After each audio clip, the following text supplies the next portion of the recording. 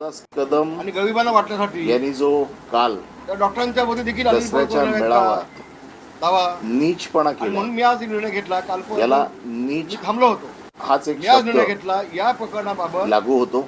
शासनानं सीबीआयची चौकशी खरं करावी म्हणजे म्हणून मी आता पत्र देणार आहे उद्या.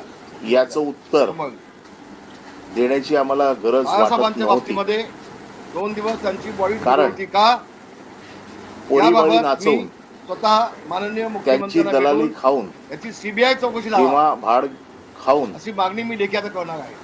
भाडगिरी दूध का दूध, पाणी का करणाऱ्यांना पाणी होऊन जाईल. आम्ही उत्तर मग द्यावं आणि आपण जावं एवढी त्यांची कोर्टामध्ये, लायकी नाही. न्यायालयामध्ये आणि तरी कोर्टाला देखील पैसे म्हणतात ते बघावे.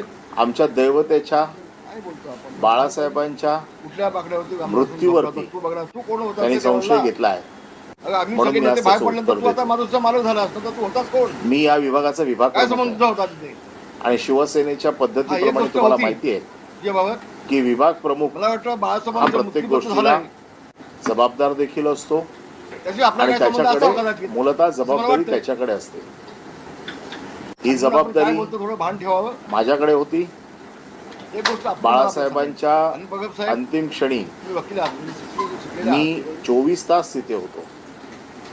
त्यामुळे या सगळ्या चंद्रग्रहणाच्या घटनेचा मी रात्री प्रत्यक्ष साक्षीदार आहे. चंद्रग्रहण ज्याविषयी होती पौर्णिमा होती, आणि त्याविषयी त्यामुळे रात्री तिकडे 12 वाजता प्रत्येक वेळेला आपण प्रत्येक कोळीवाड्याच्या क्षणाला जी स्मशानभूमीमध्ये घटना मी बघितलेली आहे, घडलेली आहे, आपल्यात का त्याचा मी आपल्या साक्षीदार आहे. कोणती माणसं होतं असं तुमचं म्हणणं आहे. रामदास कदम हे बघण्याचं म्हणणं आता असं आहे की अनिल बाळासाहेब पवार सारखी व्यक्ती होती. गेल्यानंतर त्यांच्यासोबत एक जवळपास बिल्डर एक गाडी घेऊन आला होता. 14-15 त्या वर्षांनी गाडीतून एक बकरा घेऊन आला त्यांना होता कंठ फुटलाय. आणि 2 नंगे बाबा लग्न बाळासाहेब होते 2012 ला गेले. असे दोघांना घेऊन त्या स्मशानभूमीमध्ये आले होते. 2014 ला तिथं माझ्या मुलाचा योगेश रामदास कदम मंत्री झाले. त्याला मंत्री केलं कोणी? असं त्यांचं म्हणणं आहे. शिवसेनेचे माहिती नाही. पक्षप्रमुख उद्धवजी ठाकरे यांनी. हे वास्तव असेल तर त्यावेळेला तर चुकीचं आहे. बाळासाहेब नव्हते. आपण शिकलेली व्यक्ती आहोत. उद्धव ठाकरे जागरूक व्यक्ती इतके वाईट आपल्याला होता होते. कामा नये असं मला वाटतंय.